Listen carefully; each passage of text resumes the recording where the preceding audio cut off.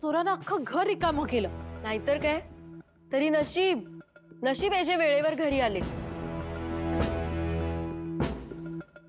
नाहीतर सोनंही गेलं, पैसेही गेले आणि हाती राहिलं लीलाई. सरस्वती अगं थांब ना.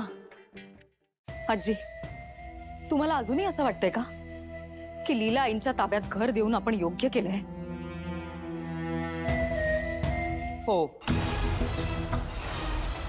कारण लीलानं जीवावर उदार होऊन या घराची रक्षा केली. येस लीला, खूप चांगलं काम केलंस. I am proud of you. एजे बस दुर्गा, चोर पकडला गेलाय, त्याची चोरी पकडली गेली आहे, टॉपिक संपलाय. ते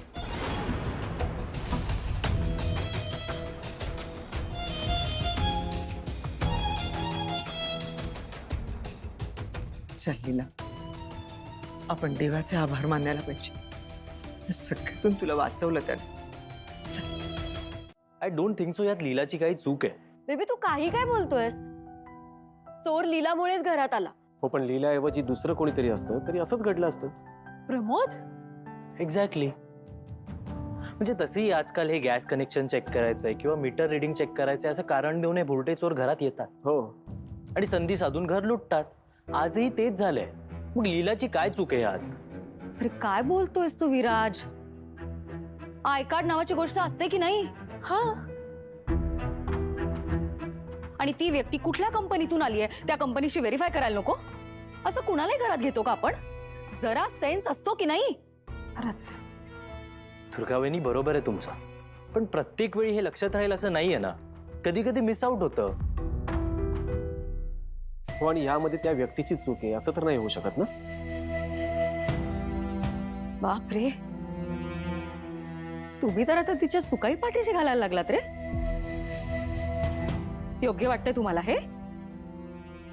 आधी पायावर कुऱ्हाड मारून घ्यायची आणि मग मी कसं घर वाचवलं याचा मोठेपणा मिरवायचा. खरंच बरोबर वाटतंय तुम्हाला हे?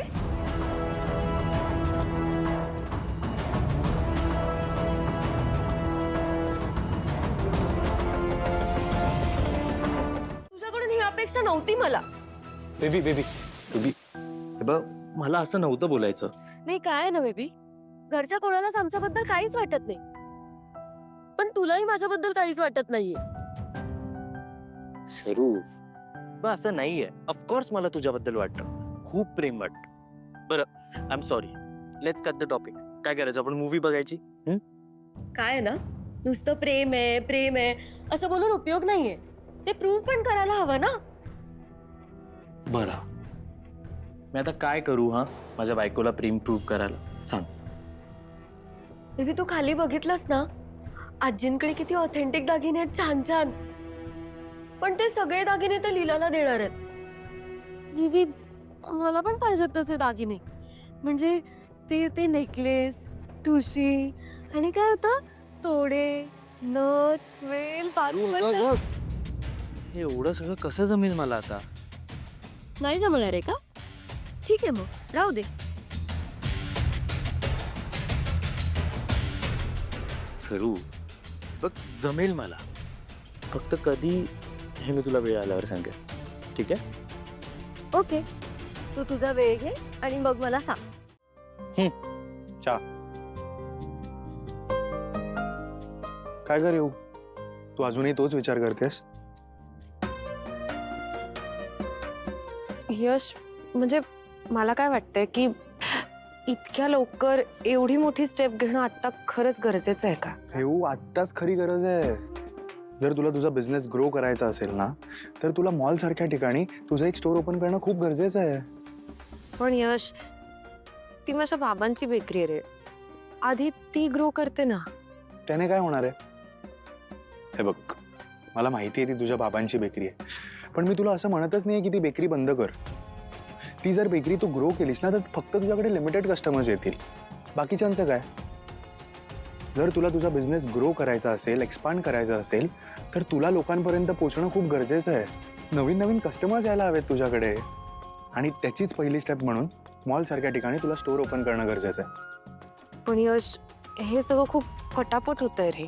म्हणजे मला रेऊ, मला माहिती आहे हे सगळं खूप पटापट होतं. हे बघ, एजंटनी तुला दिलेल्या गिफ्टमुळे फक्त तुझ्या इक्विपमेंटचा प्रॉब्लेम सॉल्व्ह झाला, पण बाकीचं काय आहे? जर तुला तुझा बिझनेस ग्रो करायचा असेल ना, तर तेवढंच इनफ नाही आहे ना. तुला पॅकेजिंगवर फोकस करावा लागेल, marketing is a very important thing. आणि मग तुला तुझा नवीन ब्रँड सुरू करावा लागेल. आणि त्याचीच पहिली स्टेप म्हणून मॉल सारख्या ठिकाणी तुला स्टोर ओपन करायचं आहे. ठेवू, तू एजंटचा आदर्श का नाही ठेवत डोळ्यासमोर? त्यांनी बघ किती फोकस राहून काम केलंय आणि जहागीरदारांचा ब्रँड आज कुठल्या कुठे नेऊन ठेवलाय. ठेवू, तुला पटतंय का? बरोबर आहे तुझं यश. आपण एक काम करूया का? आपण ना, तू जे सगळं म्हणतोस ना, ह्या सगळ्याचा एक डिटेल्ड प्लॅन बनवूया आणि तो एजे आणि ताईंना दाखवूया ना, आणि मग त्यांचं अप्रुव्हल मिळालं कीच कामाला सुरुवात करूया. Perfect. Toast to a new beginnings.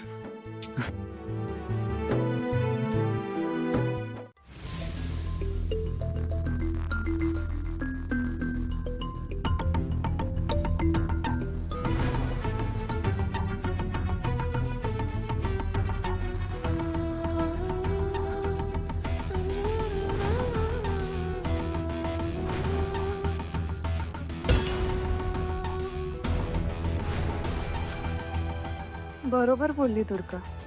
माझ्यामुळे चोर घरात घुसला. मीच स्वतःच्या पायावर धोंडा मारून घेतला. काही ना काहीतरी गडबड करतच असते मी.